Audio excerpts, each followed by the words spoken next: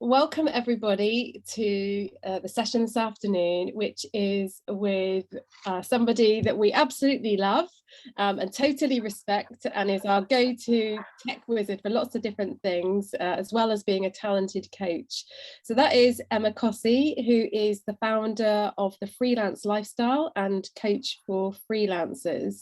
And the session this afternoon is about coaching when you're neurodivergent.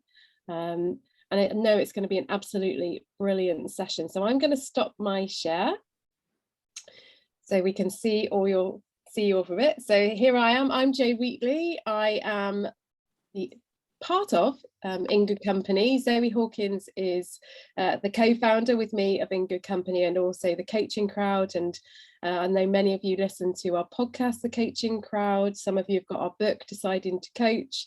And we also have our YouTube channel as well, which is In Good Company with Jo Wheatley and Zoe Hawkins.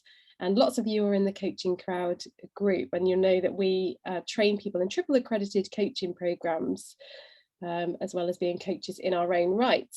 And Emma actually came and trained with us a few years ago now, and that's how we got to know Emma well during that time. So Emma, over to you. Hi everybody. Well, thank you very much for joining. I can see a couple of familiar faces. I can see my coaching buddy when I did my training with Jo. Penny's in the room as well, so that's very exciting. Right, I'm going to share my screen. I do have slides because otherwise my brain will ping pong all over the place. So I need some kind of organization. So let's move that down. Can you all see the slides? We can. Lovely. Okay, so today I'm going to be talking about being neurodivergent, but particularly for my situation, having ADHD. But I'm also going to be sharing lots of ways of how to make your coaching practice more neurodivergent friendly, to make it easier for people to sign up with you, and some coaching practices that might help a little bit more with supporting anybody that is neurodivergent who might be one of your clients. And I think Jo's going to kindly keep an eye on the comments and things like that. Just to give you an idea of what's coming up, I'll do a quick intro. I promise it will be quick. I'll talk about how ADHD impacts my life, some of the perks or silver linings of having ADHD. Then we're going to get into the meaty stuff, the ADHD life hacks. And I firmly believe these are things that anybody can use, but they are particularly good for people with ADHD. And then I'll talk about accessibility for clients and some resources at the end. So quick introduction. Hello. I have been freelance since 2009. I worked in HR before, and which actually seems to be quite a common path for a lot of coaches. So I worked in recruitment and HR before, both of which I was horrendous at, because recruitment, I was no good at sales, no good at being pushy or any of that kind of thing. And HR, I'm too blunt speaking to work in HR, so that never quite worked for me. So I ended up going into freelancing. I did social media, online content, all sorts of different jobs, from tweeting during some of the Sky car shows, which was a very popular job with my husband, to social media for small businesses and training and things like that. In 2015, just after I had my little boy, I trained with Jo and Zoe, and I know I'm going to sound biased, but it was hands down one of the best decisions I've ever made. It came at a really, really good time for me. It helped me work out so many different things, but it also started my coaching journey. So I have been coaching freelancers for the last 7 years. Before that, I did start the Freelance Lifestyle blog, and there's a podcast, and there's courses, and there's a membership. There's all sorts of different things, but coaching was something I wanted to add to that. So about 2 years ago, I was spending a lot of time on TikTok. I mean, a lot of us were. It was the lockdown, and I discovered a lot of information about ADHD, and I started to realize that I myself was showing a lot of those signs of ADHD, particularly in women. I have a 7-year-old son who we are currently in the process of having diagnosed with ADHD and dyslexia. So I was already kind of looking into it. So I started the process of getting diagnosed, and it was a long wait, which when you are someone who is inattentive and impatient is not the easiest thing. But yes, so finally in March or April, I think this year, I got my ADHD inattentive diagnosis. I'll explain a little bit more about the differences. I am also an introvert. I'm a questioner. If you're familiar with Gretchen Rubin's 4 tendencies, a questioner is someone that has to ask lots of questions to understand something before they can get on board. I'm not going to go into that because it's a whole different things, but I would really recommend checking out Gretchen Rubin's 4 tendencies, because as a coach, it's very useful to understand how we deal with internal and external expectations. And I'm a geek, and I'm a big fan of any hacks or tiny steps and bite-sized tasks to make life easier. I am a freelancing mum. I don't always have a lot of time, so the easier I can make freelance life, the better. Any questions before I move on? Julie's just sharing, she says, I'm an obliger with inattentive ADHD. Oh, wow. That's very good, actually, to be an obliger with inattentive, because that means accountability works really, really well for you. So, and as an ADHD person, accountability is massive. That's awesome. Thank you. Okay, so what does the term neurodivergent cover? Now, I want to point out here, it's not the same as neurodiverse. This is something I discovered early on. Neurodiverse basically covers everybody, neurodivergent and neurotypical. But neurodivergent tends to cover autism, ADHD, dyslexia, dyspraxia, dyscalculia. I can never say this one, but synesthesia, I think, which is where you can kind of see things as smells, and it's really hard to explain, but I would recommend having a look at it. It can also cover Down syndrome, epilepsy, and chronic mental health illnesses such as bipolar disorder, obsessive compulsive disorder, borderline personality disorder, anxiety, and depression. So essentially, it is your brain works differently. Not wrong, but differently. So just double checking. Oh, and 1 in 5 people are neurodivergent. So that's a huge chunk of people. And I actually find that neurodivergent people sometimes can also be a lot more open to discovering how their brain works and how they're best can meet their goals and things like that. So they can be really interesting clients. So a little guide to how ADHD inattentive impacts my life. So attention to detail. I'm shocking at attention to detail. Whenever I worked in HR and I had to write letters up, I'd always miss little typos and things like that. I'm really fortunate now that I have a virtual assistant who double checks everything for me. It's completely vital for me.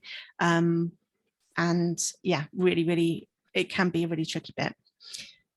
Focus can be a challenge, but also people with ADHD, any kind of ADHD, can experience something called hyperfocus, which is where we can become really, really focused on something. We forget to eat, we forget to drink, we forget to go to the toilet because you're so hyper-focused. And a lot of people say it's actually not attention deficit disorder, it's actually more that we can't control where we put that focus. So that can be quite challenging. My memory is shocking. It's mainly things like names and even random words. Yesterday, I was doing a group call on my membership. I couldn't remember the name for tadpoles, and the best I could come up with was sperm. And that's not very professional, but that was the best I could come up with. So my memory is shocking at times, and it can be quite frustrating if I can't think of the right word for something.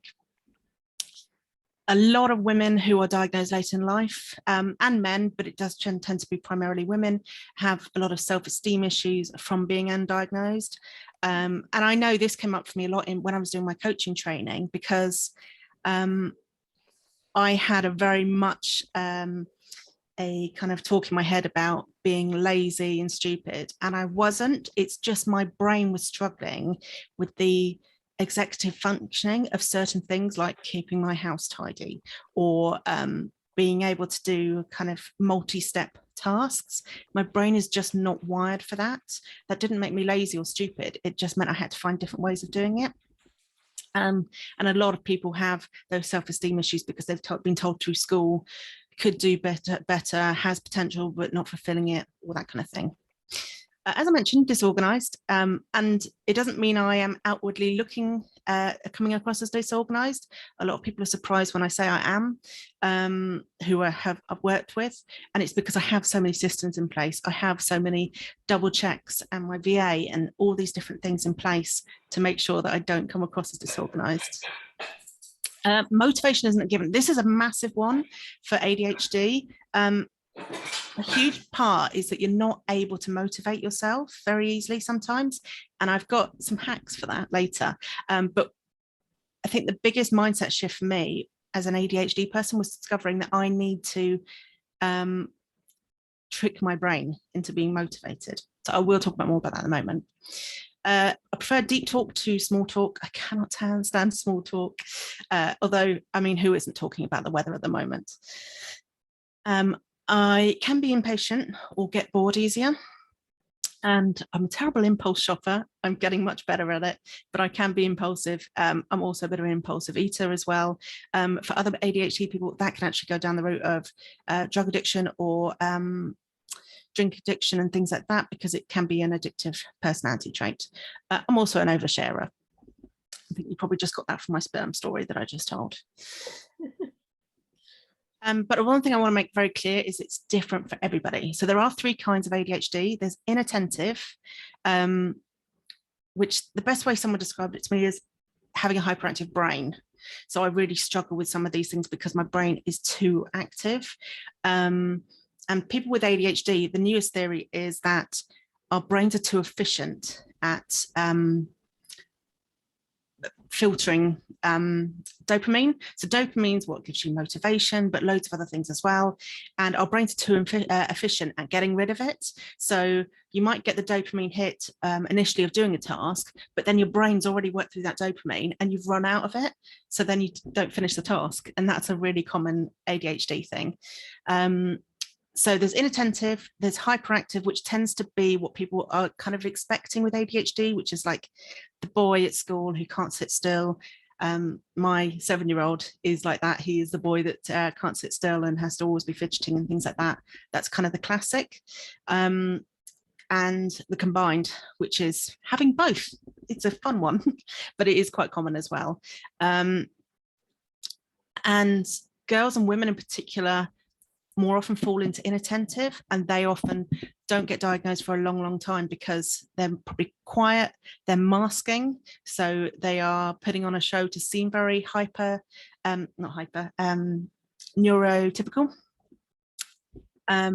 so they can cover up a lot of that kind of thing. And it's not until often they reach bigger challenges in life, or for me, when I had a son and suddenly everything was a little bit harder to control, that's when it came out for me. But every person with ADHD will have different mixes of symptoms. So some people will have, nobody is going to tick every single box. People will have, they might have the focus, but they're not impulsive, or they might have the forgetfulness, but they're really good at being focused. Everybody has a different mix, just as with autism or dyslexia or anxiety or depression, they will all experience different symptoms. Just before I move on to the next slide, is there any questions or anything?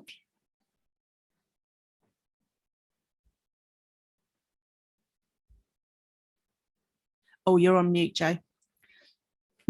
Sorry. Helen says combined and, I don't know if this is a mistype, IRLEN. So we're combined and dyslexic here. Every day is an acceptance of the new normal. Yeah, and it can be. I found when I got my diagnosis that it was both really, it made me feel really good to be told that actually I wasn't being a hypochondriac or anything. This is how my brain is, but there is an element of mourning that person that you were as well, and also mourning the fact that you won't necessarily have a neurotypical life, but the more you embrace those neurodiverse elements of you, the better. Neurodivergent, sorry.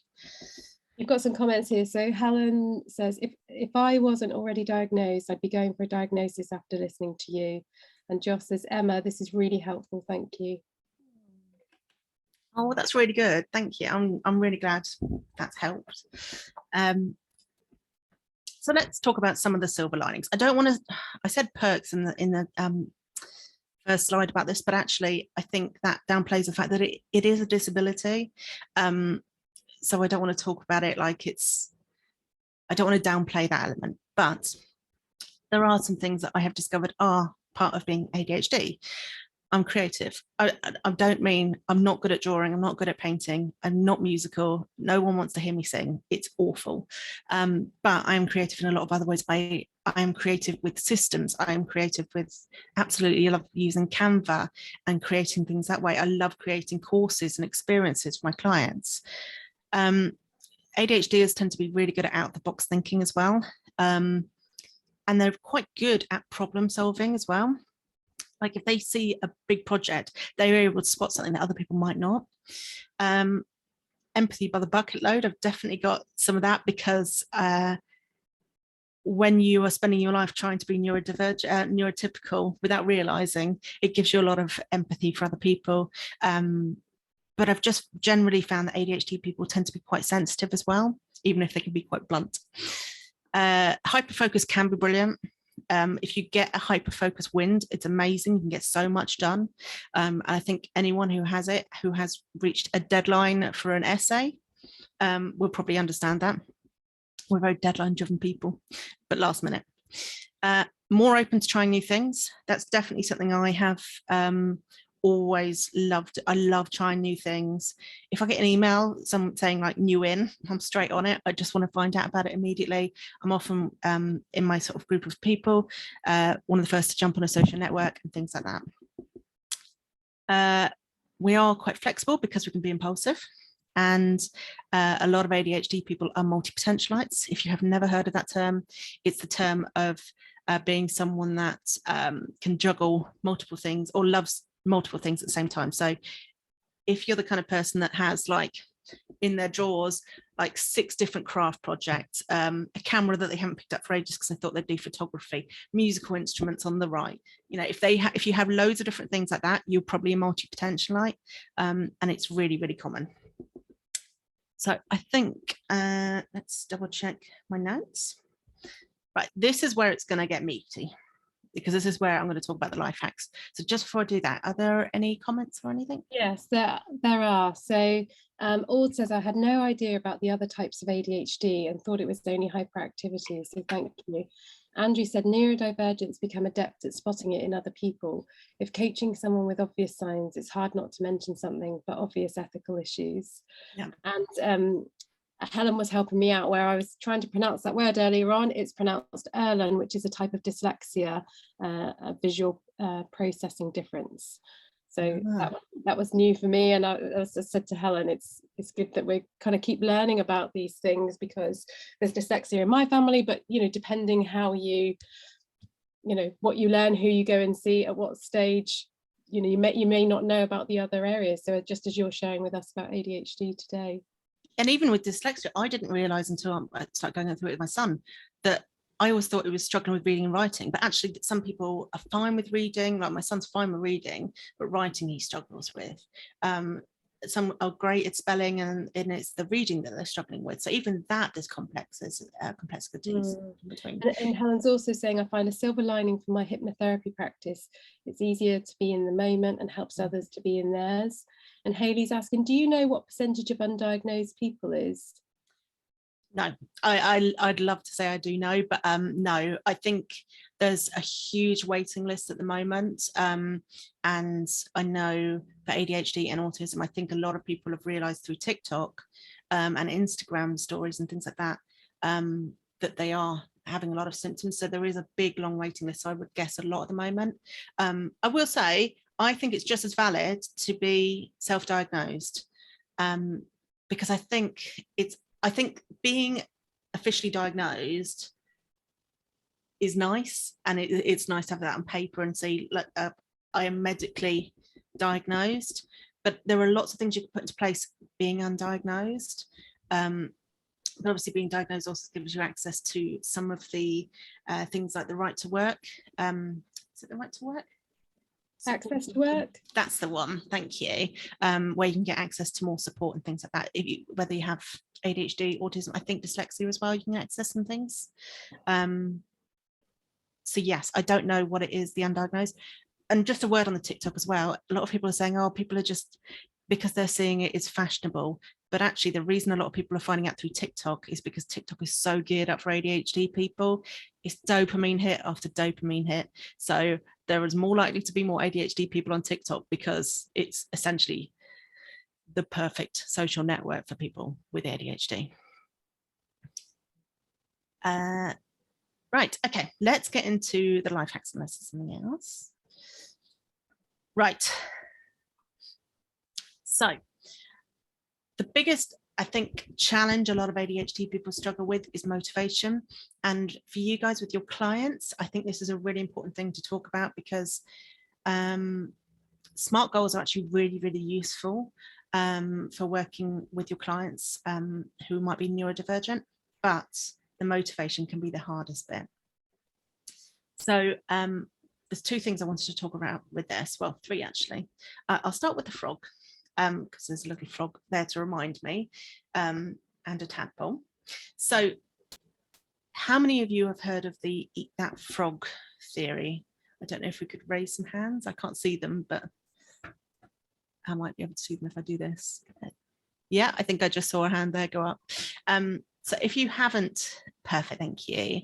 If you haven't heard of Eat That Frog, it is a theory that if you've got to do a big, ugly, if you have to eat today a really big, slimy, horrible frog, are you best to do it now, get it over with, or wait until the end of the day? And for most people, it's get it over with, and then the rest of the day will be easier. Otherwise, you'll spend the whole day dreading it. You won't be able to focus. It'll be a real struggle.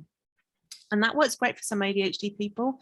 I've also found, however, that chasing the tadpoles works better for others. So doing a few small tasks that will get the momentum going and the dopamine flowing, that can be really useful. So you might want, if you're finding a client is really struggling to get going with something and they are blocked by a big frog of a task, maybe see if there's any kind of dopamine raising tasks that they can do to build up to that. And then the dopamine will hopefully be flowing a little bit more and it will make it a lot easier. To support that, I would also suggest a dopamine menu. If you go on Instagram or Pinterest, you'll be able to find some examples, but essentially it's a list of things that give you dopamine. So for me, I wrote down some of mine. TikTok, making like a really nice meal, change my location can be a really good one, so go into a cafe that I really like. Music is a massive one for me and it makes all the difference. So even if you just put your favorite song on for a minute and dance around the kitchen, that can really help with the dopamine.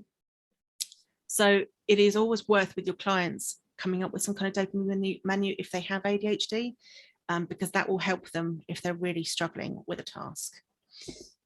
And then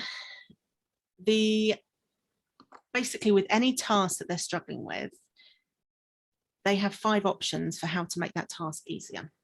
Make it fun, make it novel, make it competitive, or make it urgent. No, they have 4 ways, I can't count. So the fun, let's use, so they have to do their accounts and that's one of their goals. So how can they make that more fun? Can they go to their favorite cafe, like I mentioned, or can they use some fun new software or something like that? How can they make it more fun? Can they put their favorite music on? How can they make it novel? So this is where they might want to buy a new notebook, or again, try a new piece of software, something that makes it feel fresh and new. Then how can you make it competitive? Now I say competitive, but actually body doubling can come in really easy, really good here. So body doubling is where you work in the same room or virtually, so I do it through Zoom calls, and you work on your own thing but with another person. For some reason it works really well, and if you have ADHD or you know someone who does, they might be doing this without realizing. So if I need to clean the house, I will often call my sister and have her on a speakerphone whilst I'm cleaning the house, because that for some reason works like a dopamine for me, like a body doubling for me. you might listen to podcasts or audiobooks whilst you're doing it. Those also work as body doubling. But you can also use it as a competitive element. Who can get this done first? So you might want to speak to a friend or offer an accountability with your client saying, let's see who can get this job done first. And then finally, urgent. So that's, for example, with the accounts, I would give my client a short deadline. I would give my accountant, a short deadline, and I would have to get it done by then. I would also almost create a deadline for myself. So you basically have to trick your brain into being motivated about some of these things. So I really hate cleaning my kitchen. So I try and make it fun by listening to a funny podcast, or I might go out and buy a new cleaning product that would make it more fun. I often get my son involved in it actually now, where we'll say, we've got 10 minutes and we're going to get as much done as possible. Who can collect the most clothes to put in the washing or something like that? So those kind of all help with that kind of thing. And that's based on something by Jesse J. Anderson, who I really recommend having a look on his Instagram. So it's Jess, as in Jesse, J. Anderson. He's got some brilliant stuff for Instagram. Right, an organisation, outsource where possible. If you can afford it, or if you can find some way of doing it, or you can do a swap with somebody, outsource the stuff that you find hard where possible.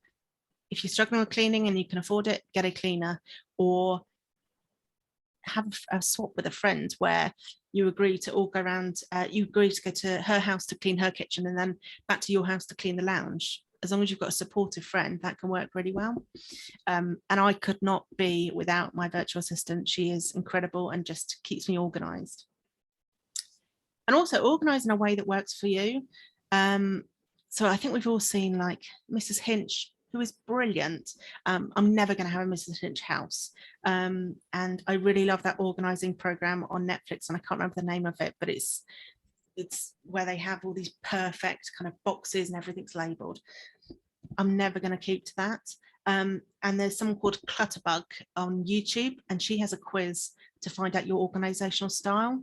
And I would really recommend doing that if you struggle with organisation, or your client does, because it can help them realise, are they somebody that needs everything on show in clear boxes, or do they need things tucked away? One thing that ADHD people have a lot is object permanence, and I've forgotten the third letter word, but it's essentially, if you don't see it, you forget about it, and that can apply to people as well. So organise in a way that makes sense to you. Let go of this kind of perfect Instagram cleaning style or work style or anything like that, and just find the way that works for you. I think I can see a couple of tech chat things, so I don't know if there's anything coming up. Yeah, kind of just commenting really. So Stacey said, great tips. I'm a motivation I struggle with. It comes in hits but doesn't stay long. Helen said, organising is my way of procrastinating. Hayley said, these are great tips for my son, Emma, really resonates, thank you. And Charlie's saying, Emma, your session is so inspiring. As someone who is self-diagnosed with dyslexia and has a child who is being tested, I can relate. Also, I've seen how coaching conversations have been pivotal to my success, but also wider team. Lynn Taylor said, object permanence is so me. And also, what is the name, please, of the organisation style quiz and where to find it? Yeah, so it's a lady called, actually, I can't remember her name, but it's called Clutterbug. She calls it Clutterbug because in the quiz, there's 4 different kind of bug styles. So that's your kind of organisation style. But if you just search for Clutterbug's quiz, you should find it there. I can always put it somewhere, or we can put in the notes or something like that. Drop it in the coaching crowd, Emma. Yes, that's a good point. I'll do that. Sorry, go on. No, you go for it. Andrew said, I've learned not to expect hacks to work for too long. After a while, I always need to try new ones, novelty. Yeah, 100%. I'm the same. And that's another thing. If you accept that, it makes it so much easier. And Julie says, I use bullet journaling, rewriting lists to notice what I'm procrastinating and avoiding, and to spot projects that need to be broken into next tasks. And I think breaking things into small tasks is a massive part, because it makes it just so much easier and less overwhelming. And then if you only get those little bursts of focus, that's easier. there's also one more person that I should mention, and I'll mention her at the end actually, because I've got her featured on there actually on a slide. And you've got Hayley who's helping you out here. She's posted the link to the Clutterbug test. Thank you. That's really helpful. Thank you. Right, find tools that help you. And did you say it was Andrew who said about finding something and then it wears off? Yeah. Yeah, and I totally get that. I am the same. There's certain tools that I have found I stick with. So I've shared these for Canva. I mean, I can't be without Canva. I love it so much. And I think actually Canva works well because they're constantly adding new things, which is great for my dopamine. I'm just like, woohoo, new templates, new functions, that kind of thing. Even discovering this, that I can press a button and put bubbles on my screen. That made my day today. So there's Canva. Dubsado, I would really recommend as a coach. When are the bubbles going to stop? Okay, there we go. Dubsado is how you can set up workflows. So I've set it up so that I can send someone a link. They can see what my offerings are. They can book a time slot with me. They can pay their invoice. They can sign the contract. They can get their coaching questionnaire. I don't have to do anything. That all goes automatically one step after the other. It is incredible. There's a calendar booking system in it. And again, they are always updating new things. They've got forms in there. You can automatically send a feedback form, say 30 days after your session. They've got so many awesome things in that. So I find that really useful. Flown, I started using Flown in November, I think October, November. Flown is essentially group calls on Zoom, and they run several a day. They start off with 2 20-minute ones at 8:30 and 9:30, which are 20 minutes of like a couple of minutes meditation, a few minutes of journaling, and then a few minutes of sharing what you're going to do that day. I found them so useful for setting my intentions for the day and getting focused. But they do have like 1 hour, 2 hour sessions where you can just body double, share what you're going to do, leave your audio off, but you can still see them on screen, which just, it's very easy to forget you're still on screen and pick your nose and then forget that they can see you. So just don't do that. But it's really useful Flown for keeping you on track, basically. And I'm a huge fan of Notion. Absolutely love Notion. It's a bit like if Evernote was cool. It's like Asana had a baby with Pinterest. It's a fantastic tool for keeping everything everywhere. And also cognitive therapy is really useful. I've got posters on my wall actually always reminding me about what the steps are. So catch, check and change those negative thought patterns. So instead of me saying to myself, I'm being lazy, you can say you're not lazy, you're struggling with executive dysfunction, which is where you're struggling to get something done. How can you reframe this task to make it more manageable or beneficial? And sometimes that's me sitting on the sofa going, I'm feeling lazy, but I need to do the dishwasher. And I'll just say to myself, I'm just going to go do the top drawer and then I'll be back here in 1 minute. I'll set myself a timer. And sometimes that reframe is enough. I'm aware I'm running over on the time a little bit. Are there any quick questions or anything? Lynn says, fellow Floney here, it's Ace. Helen Wright says, Focus Mate is great for body doubling. Stacey says, really want to try Dubsado. Helen says, I do not know how I'd function without AYOA. Do you want to drop in, Helen, what that is? It covers project planning, comms, mind maps, calendar, and lots more. That's awesome. Yeah, and Lynn says, any tips for starting on Dubsado? I can share a group. Actually, the Dubsado Facebook app, Facebook group's really good. They've got loads of tips on there. And YouTube is really good. But also, if you search for, no, actually, YouTube's the best place to find out for Dubsado, I would say. And Andrew asked, best route for becoming an ADHD coach? Well, I'm not officially an ADHD coach, so I can't speak for that, but I know Heather Wright, who I work closely with and who trained with you. I know she works through an organisation that specifically works with ADHD people and autism, people with autism. I think it's called Genius Within, which is, I think she's an associate for them, isn't she? Yeah, so that might be worth looking at, seeing if you can work with them. Cool. So let's talk quickly about accessibility for your clients. So have a think about how easy are your processes to go through. So is it easy for people to sign up with you? The less steps are better. Are you listing your prices? Please list your prices. As a person with ADHD who is an introvert, there's no way I'm signing up for a phone call for anyone just to find out a price. So please be transparent about that if you want more clients like that. Keep the steps small, because it can boost the dopamine when a client completes them. And also, if you're using social media a lot more, short videos and audio work really well. Longer videos, it boggles my mind how many ADHD podcasts are like an hour long. It's not going to happen. I mean, I listen to everything at 1.5 speed, but that's not the point. And also be very clear on processes and deadlines. This can be really important, particularly for people with autism. That's really important for people with autism to know what the process is, deadlines, what to expect, because any changes to plans can be really difficult for people with autism. And also think about how clear and inclusive your language is. So for those with autism, as I just said, clear and concise language can be really helpful. Skip the boring business lingo, because people with ADHD, I just can't focus on it. And I think a lot of people with ADHD can't. Actually, another thing to think about is with your questionnaires.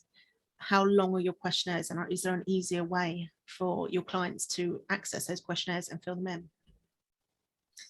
And is your imagery inclusive as well? And actually that could be as simple as have you got descriptions on your images, things like that.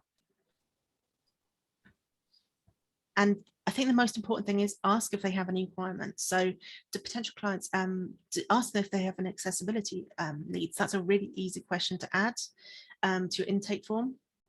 Do they need extra meeting reminders, coaching notes afterwards, a recording of the session if it's on Zoom? Would they prefer to meet somewhere with less distractions? Do they need movement breaks? Think about the length of the session as well. So I thought I'd share a few resources for ADHD. Jessica Lauren McCade from How to ADHD is brilliant on YouTube. Loads of really short and sweet videos, loads of really useful stuff. Struggle Care, Domestic Blisters on TikTok.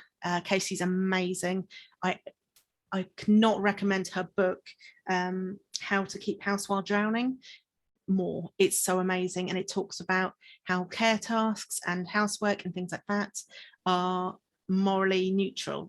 You're not a better person or a worse person because you did or didn't do the dishwasher, and there's so many other things that she talks about. It's a really short book. I cannot recommend it enough. And Cass from Clutterbug, who I mentioned earlier. I am aware these are 3 white women. I am trying to diversify more, but these tend to be the 3 most popular ones that come up. And just some resources, neurodiversityhub.org, neurodiversityweek.com's got some great stuff for kids as well. Resources for autism.org.uk, and Bionic Reading Font. If you haven't looked into that yet, that's awesome for dyslexia and for ADHD. It basically is a font that you can apply as a Chrome extension, and it makes it so much easier for a lot of people with ADHD. Not everybody, but for a lot of people with ADHD to read big amounts of text.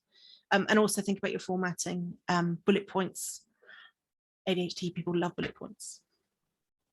So if you like this, do come join us in the Freelance Lifestylers Facebook group. You can scan that QR code if you want. It's a really friendly, relaxed Facebook group for self-employed people. And there's quite a few people from Joe and Zoe's group who are in that group, but really friendly vibe. And it's for anyone who is new or experienced in freelancing. And if you want some freebies, there's another QR code. I've got an imposter syndrome toolkit, 5 ways to find clients, terms and conditions template, and a freelance personality quiz, but all of it is about small, easy steps, not big, scary ones. And there's my contact details. I have crammed in a lot there, sorry. A common love language of ADHD people is something called penguin pebbling. which is where we like to info dump on people. So apologies if that is the case. I will come off and I'll look through the comments. I don't think you info dumped at all, Emma. I think you had great bite-sized chunks, and I think your story and your experience obviously really resonated with people. So does anybody have any questions for Emma? I love that you love bionic reading fonts. It's not a question, it's just loving the transparency and honesty, Emma. So thank you for bringing like the reality to life for us all. That was amazing. So thank you. Oh, I have to say, I've spent so long trying to be neurotypical and trying to not have a filter. It's quite nice not to. So thank you. I'm gonna have to try out that Iowa that Helen said about as well. That sounds very exciting. Yeah, and Deb said, could you just put the QR codes again, because their computer's struggling with the heat? Yeah, I can share the screen, can I? Oh, Yeah. Can I share the screen? You can. There's the freebies. Can you see? Not yet, no. Oh, no, because I haven't shared the screen.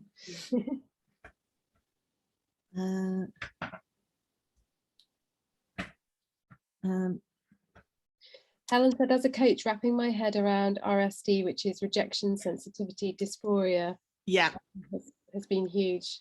and actually that's one of the few ones I don't have. But sorry, I'm just trying to find the right thing. Is that sharing now? Yeah.